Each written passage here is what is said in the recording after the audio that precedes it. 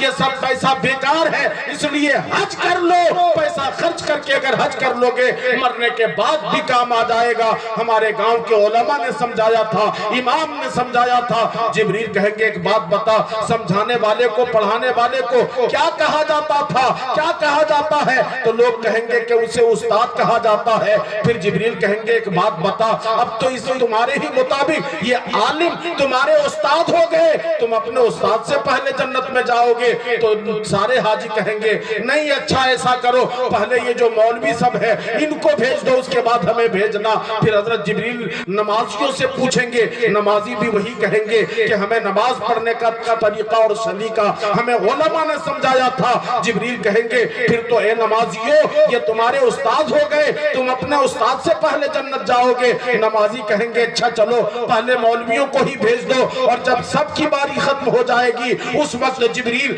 جنت کے دروازے پہ کھڑے ہو کر کے اعلان کریں گے، اے علماء کی جماعت آؤ، جنت کے سارے دروازے تیرے لیے کھول دیے گئے ہیں، تو سب سے پہلے اندر چلا جا۔ اس وقت سارے علماء کرام، آپ کے گاؤں کے یہ علماء جنت کے دروازے پہ کھڑے ہو کر کے کہیں گے اے پروردگار ہم اس وقت تک جنت نہیں جا سکتے جب تک کہ میں ان لوگوں کو جنت میں داخل نہ کر لو جن لوگوں کے مدد سے، جن لوگوں کے صلاح سے، جن لوگوں کے تعاون سے ہم علم حاصل کر کے عالم بنے تھے، پہلے ہم انہیں جنت پہنچائیں گے بعد میں ہم جائیں گے۔ سبحان اللہ۔ علماء کرام یہ دنیا میں بھی کام آنے والے ہیں اور آخرت میں بھی یہ علماء کام آئیں گے، اس لیے علماء کی قدر کیجئے، اپنے عالم کی عزت کیجئے۔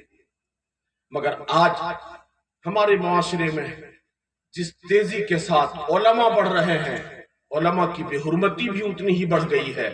آج عالم کو مذاق بنا دیا گیا ہے۔ اگر آپ سمجھائیے تو کہیں گے مولانا یہ جو عالم ہے نا، آپ میرے گاؤں کے مولانا سب کو نہیں جانتے ہیں، یہ وہ والے عالم نہیں ہیں جن کی عزت کی جائے، یہ وہ والے عالم نہیں ہیں جن کا دیکھنا ثواب ہے، جن کے ساتھ بیٹھنا باعث برکت ہے۔ ہمارے محلے کے، ہمارے گاؤں کے جو امام ہیں، جو عالم ہیں، وہ بڑے ٹینٹیا قسم کے ہیں، بڑے بیکار قسم کے ہیں، بڑے فالتو قسم کے ہیں۔ میں سمجھاؤں گا میرے بھائی، میں لوگوں کو سمجھاتا ہوں ایک بات کہہ کر کے کہ عالم دو طرح کے ہیں۔ چلو میں مانتا ہوں آپ ہی کے مطابق کہ عالم دو طرح کے ہیں، ایک با عمل پرہیزگار اور متقی عالم، اور ایک بے عمل اور جس کا عمل، جس کا کرتوت اچھا نہیں ہے، جس کو بد عمل آپ کہہ سکتے ہیں۔ اس لیے آپ تقسیم کر سکتے ہیں ایک با عمل عالم اور ایک بے عمل عالم۔ مگر عالم اگر وہ ہے، چاہے وہ با عمل ہے یا بے عمل ہے، ہر حال میں اگر عالم ہے تو عزت کے قابل ہے، عالم ہے احترام کے قابل ہے، عالم ہے تو شان کے قابل ہے۔ عالم کو عالم سمجھیے اور اس کا جو جائز حق اور مقام ہے اسے دیجئے۔ عالم چاہے بدماش ہو، عالم چاہے بد عمل ہو، اگر وہ قرآن و حدیث کا عالم ہے تو وہ لائق عزت و احترام ہے۔ آپ اسے مثال سے سمجھیں، قرآن مقدس پہ جو کپڑا لگایا جاتا ہے اس کپڑے کو کہتے ہیں جزدان۔ کیا کہتے ہیں اس کپڑے کو جس میں قرآن بھر کے رکھا جاتا ہے؟ اس کپڑے کا نام ہے جزدان۔ اگر یہ جزدان اچھا ہے تو یہ قابل احترام ہے۔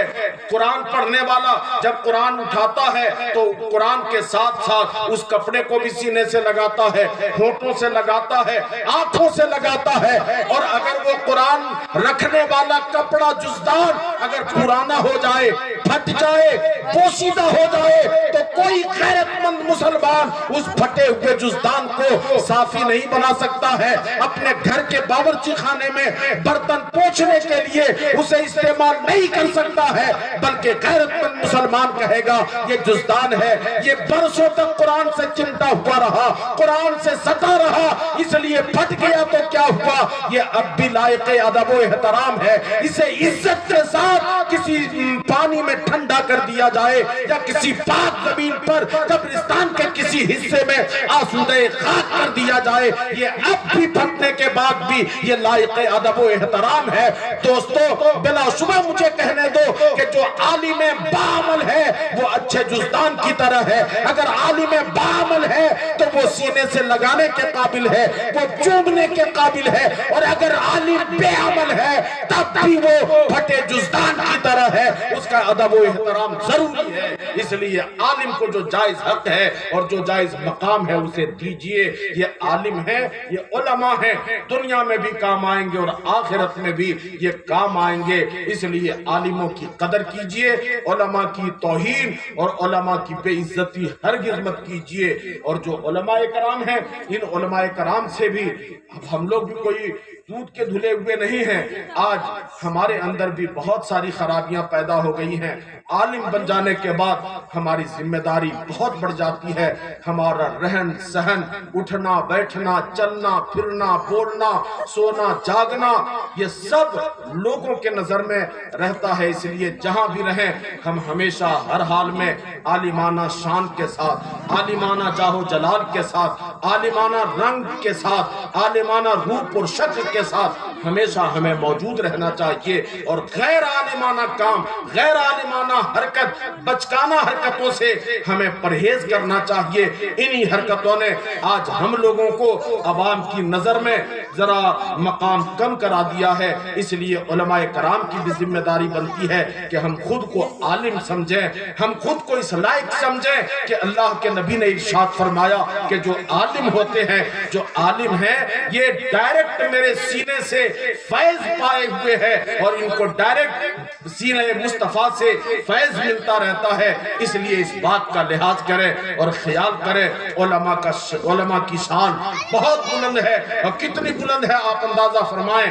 آخری حدیث شریف پڑھ کر کے میں ابھی اپنی گفتگو ختم کرتا ہوں، چونکہ 9:30 بجے تک یہ پروگرام چلنا ہے، اور ابھی ہمارے درمیان بہت پرانے شاعر، کوہنا مشق ناپ گو شاعر اہل سنت، مداح رسول، بلبل باغ مدینہ، حضرت مولانا الحاج اکرم الحق اکرم مدھو پوری، جو ایک زمانے سے بچے نام سن کر کے جوان سے بوڑھے ہو گئے، مگر الحمدللہ نعت رسول کی برکت دیکھیے، ریٹائرمنٹ کے بعد بھی ایسا لگتا ہے کہ ہر دن ان کے جسم پہ، چہرے پہ رونقوں کی بہار بڑھتی چلی جا رہی ہے۔ سبحان اللہ۔ ابھی حاجی صاحب سے بھی نعت کے اشعار ہم کو سننے ہیں، اور ہمارے نسبتی بیٹا بابو امجد رضا صلی اللہ علیہ وسلم سے بھی ہدیہ تشکر سماعت کرنی ہے، اور 9 سے زیادہ بچ چکا ہے، اس لیے آخری بات آپ کوشش کیجئے۔ ابھی ایک بہت اچھی حدیث مولانا غلام سرور صاحب نے پڑھ کے سنایا، مگر دکھ کی بات یہ ہے کہ ہم سنتے ادھر سے ہیں، نکال فوراً ادھر سے دیتے ہیں۔ اللہ کے نبی نے ارشاد فرمایا کہ لوگوں تم 4 چیزوں میں سے کوئی ایک چیز بننا، 5واں مت بننا ورنہ برباد ہو جاؤ گے۔ میرے نبی نے ارشاد فرمایا